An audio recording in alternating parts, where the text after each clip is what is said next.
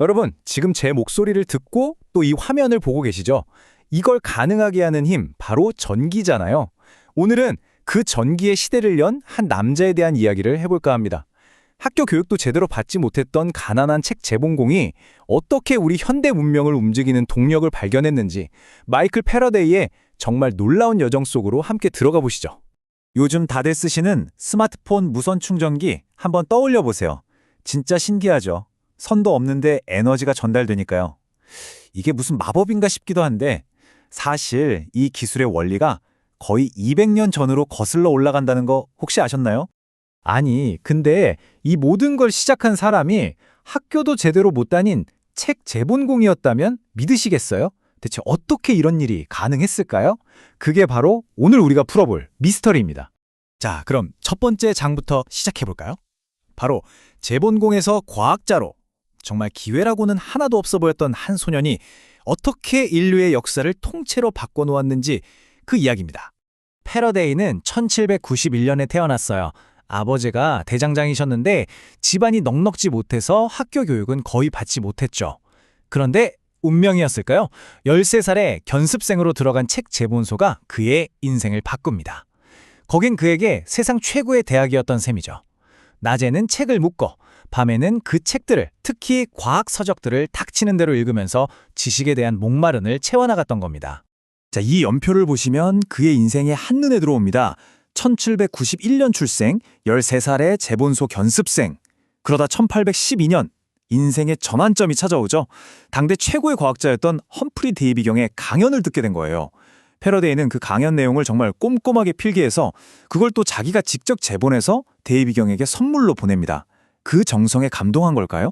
결국 이듬해인 1813년 그는 꿈에 그리던 왕립연구소의 조수가 됩니다. 정말 드라마 같죠? 자, 이제 두 번째 장입니다. 발견의 불꽃. 당시 과학계를 뜨겁게 달궜던 하나의 수수께끼, 그리고 패러데이의 첫 번째 위대한 발견에 대한 이야기입니다.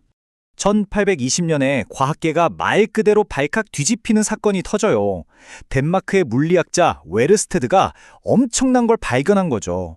바로 전기가 흐르는 전선 주변에 뒀던 나침반 바늘이 움직이는 걸 본 거예요. 이게 왜 대단하냐면 그때까지만 해도 전기랑 자기는 전혀 상관없는 완전히 별개의 힘이라고 생각했거든요.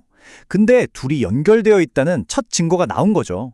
이 소식이 젊은 과학도 패러데이의 가슴에 거대한 불을 지폈습니다. 자, 보세요. 웨르스테드의 발견은 전기가 자기를 만든다는 거였어요. 그쵸? 근데 패러데이는 여기서 딱 한 걸음 더 나아갑니다. 그럼 전기랑 자기를 이용해서 뭔가를 움직이게 할 수도 있겠네? 바로 이 생각이었죠. 그리고 이걸 실제로 증명해냅니다. 이것이 바로 인류 최초의 전기 모터, 전자기 회전 장치의 탄생입니다.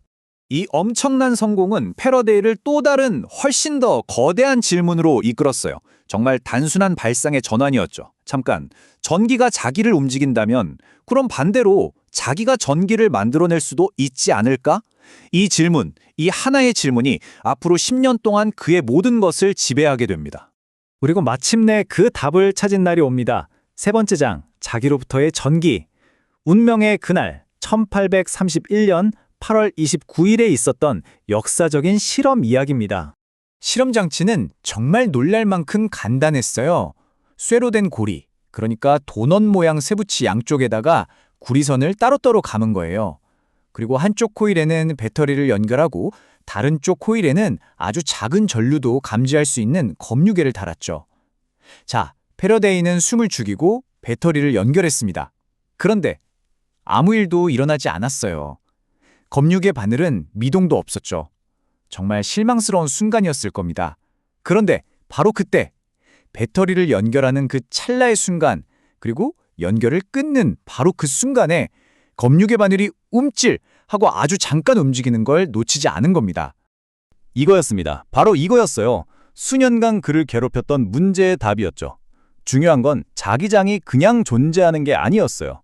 자기장이 변하는 것, 즉 자기장이 생겨나거나 사라지는 바로 그 변화가 전류를 만들어낸다는 위대한 발견. 이것이 바로 오늘날 우리가 전자기 유도라고 부르는 현상입니다. 자, 이제 네 번째 장입니다. 세상을 움직이는 법칙. 그 실험실에서 발견된 찰나의 불꽃이 어떻게 우리 세계 문명 전체를 밝히게 되었는지 살펴보겠습니다. 패러데이가 발견한 이 유도 법칙을 아주 쉽게 말하면 이거예요. 전선주의의 자석을 막 움직이면, 그러니까 자기장을 변화시키면 전선에 전기가 저절로 생긴다. 정말 간단하죠? 그런데 오늘날 우리가 쓰는 전기의 거의 100%가 바로 이 원리로 만들어지고 있습니다. 이 간단한 원리 하나가 현대 문명을 떠받치는 세 개의 거대한 기둥을 만들어냈습니다. 첫째, 움직임을 전기로 바꾸는 발전기, 수력발전, 화력발전 전부 이 원리죠. 둘째, 만든 전기를 손실 없이 멀리 보내기 위해 전압을 바꾸는 변압기. 그리고 셋째, 그 전기를 받아서 다시 움직임으로 바꾸는 전동기, 엘리베이터, 세탁기, 전기차 전부 다요. 이 모든 게 패러데이의 발견 덕분입니다. 왼쪽에 보이는 테슬라나 에디슨 같은 위대한 발명가들이 바로 패러데이의 이 원리를 가지고 지금의 전력 시스템을 설계한 겁니다. 그리고 그 위대한 유산이 돌고 돌아서 지금 여러분 손에 들려있는 스마트폰의 무선 충전 기술에까지 고스란히 담겨 있는 거죠. 패러데이의 영향력은 이런 기술에만 그치지 않았어요. 사실 그는 수학을 잘하는 사람은 아니었거든요.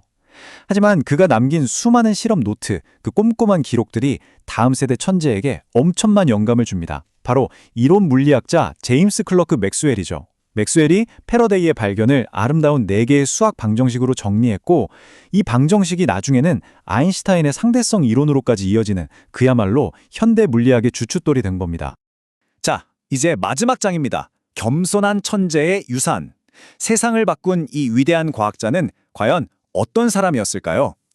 정말 놀라운 건 그는 부와 명예에는 조금도 관심이 없었다는 거예요.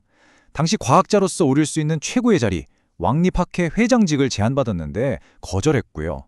나라에서 주는 기사 자기, 훈장 이런 것도 다 사양했습니다. 심지어 나중에 세상을 떠났을 때도 위인들이 묻히는 웨스트민스터 사원이 아니라 조용한 곳에 묻히길 원했죠. 그는 유명인이 아니라 그냥 순수한 과학자로 남고 싶었던 겁니다. 대신 그는 자신이 아는 것을 사람들과 나누는 일에 아주 열정적이었어요.